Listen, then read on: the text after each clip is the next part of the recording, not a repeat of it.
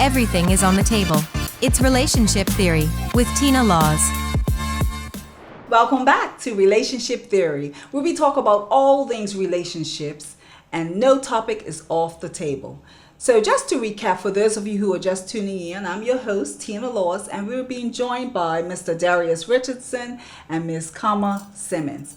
And we talked about when to recognize a dysfunctional relationship. We've been talking about it for the entire time. And one of the things we wanted to do is just recap some of those things and some of those ways in which you can recognize when you're in a dysfunctional relationship, a domestic violent relationship, any relationship that's unhealthy. So let me just let you start, Mr. Richardson. What's some of the ways in which one can start, I guess? Well, let's recap first. Let's recap on some of those things in which you can recognize if you're in a dysfunctional relationship. We talk about recognizing the person being angry all the time at everybody, and setting the cashier straight, setting the bus drivers straight. People at your job, family members and whatnot. They always gotta tell off people. It's that thing. And then another thing would be abuse of alcohol and drugs is another red flag. Past the medium. Some people drinking, but it is overboard. Doing angry things. The way they say, if this person's like that, I'll slap him. This person's like that, I'll punch him. Things like that. Yeah. Or another one is almost stalkerish. It seems like they cur. They'll call you 7:00 every morning, and it just happens that you ran to the bathroom at that time and you didn't answer it right on that time. It's a big problem. Or they show up at places where you didn't invite them.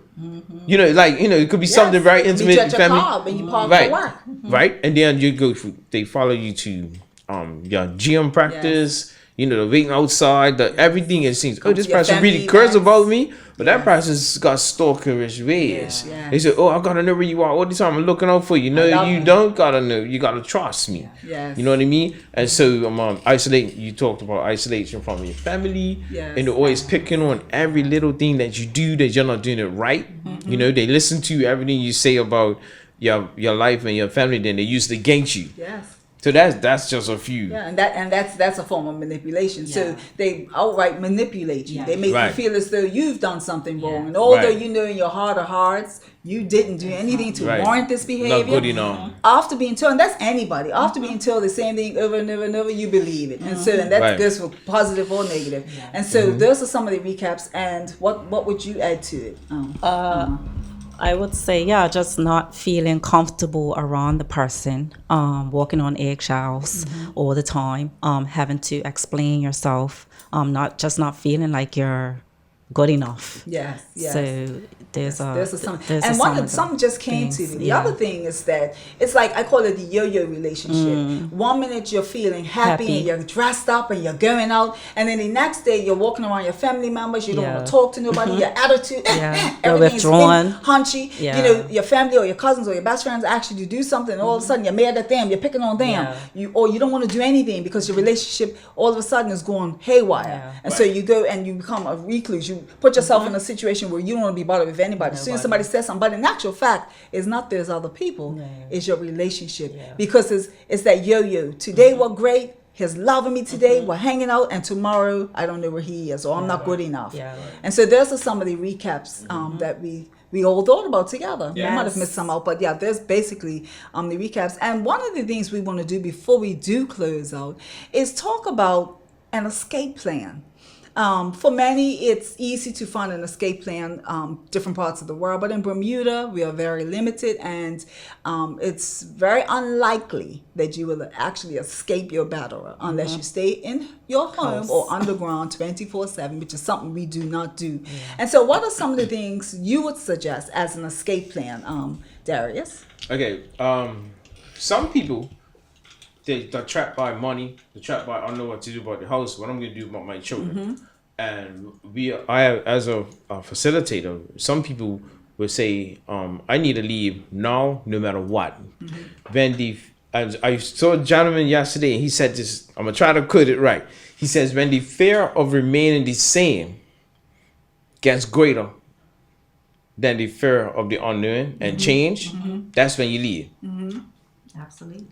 You know what I mean? Because the fear of, what I'm gonna do, I don't know where I'm gonna go. But the fear of staying in that abusive relationship gets greater than the unknown of change. That's when you leave. And sometimes, as we all know, we make plans. I have plans I made about 10 years ago, and I'm still working on them. But I can assure you, we're working on them, right? And so you have to have a plan. So the first step, tell somebody. Second step, go to a support group. Third step, make a plan. How am I going to get out of this relationship? Do I have to move, or do I have to leave the island? Whatever it may be, make a plan, and then you work on executing it. Right. Look in the phone book for the agencies that deal with domestic violence. And they'll guide you also. And like you said, the male support group, we have men that don't know what to do. They don't know how we're going to get out of this. You know, dealing with divorce, the court, the children and everything, and vice versa, the women, because they don't understand the court system and whatnot. And it's not against the man, it's not against the woman, it's for the child. It's for the child and for the family. But you know what, there are so many factors as to why people stay. And I think it's so important that we don't put that pressure on them, because a lot of times we're quick to say just leave. And whether they are CEOs or unemployed, whether they're homemakers or cake makers, it doesn't matter.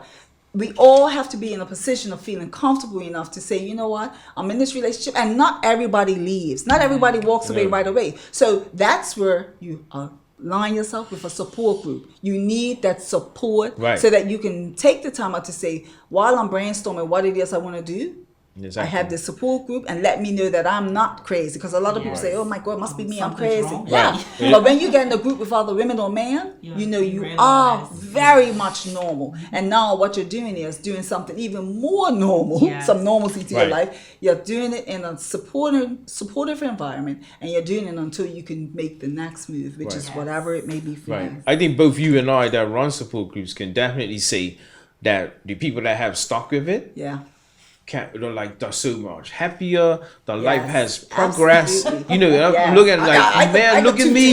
You know, the back out dating again, and they're being more careful this time.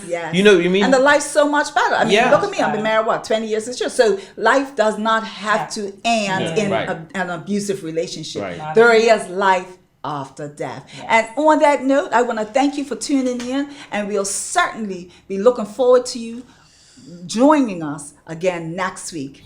Have a great day.